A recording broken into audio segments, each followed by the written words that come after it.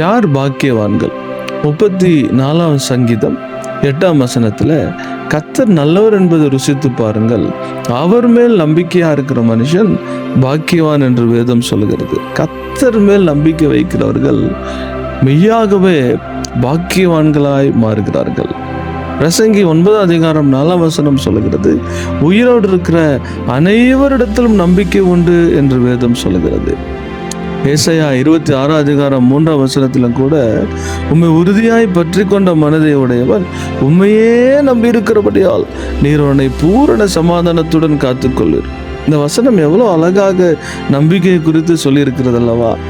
உண்மையே என்று சொன்னால் வேற வழி இல்லை. வேற எதன் மீதும் நமக்கு நம்பிக்கை வைக்கிறதுக்கான வழியே இல்லை என்பதை இந்த உண்மைங்கிற வார்த்தை நமக்கு காட்டுகிறது. கர்த்தரை தவிர வேற எந்த காரியத்தின் மீது நான் நம்பிக்கை வைக்கக்கூடாது. ஏசாயா 2 கடைசி வசனத்துல, மனுஷனை நம்புவதை விட்டுவிடுங்கள், எண்ணப்படுவதற்கு எம்மாத்திரம் என்று வேதம் சொல்கிறது. நம்முடைய நம்பிக்கை என்றைக்குமே கர்த்தர் மேலதான் இருக்க வேண்டும். கர்த்தரையே நம்பி ஒவ்வொரு நாளும் இந்த உலகத்துல நாம் ஜீவிக்க வேண்டும். தானியேலுடைய நண்பர்கள் அக்னி நடுவிலிருந்து வெளியே வந்ததுக்கு அப்புறம் அவர்கள் சொன்ன மேலான ஒரு சாட்சி, அநேக காரியங்களை சொல்லுகிறார்கள். அதில் ஒரு காரியத்தை முக்கியப்படுத்துகிறார்கள். அது ஏனென்றால் நாங்கள் அவரையே நம்பி இருந்தனால தான்.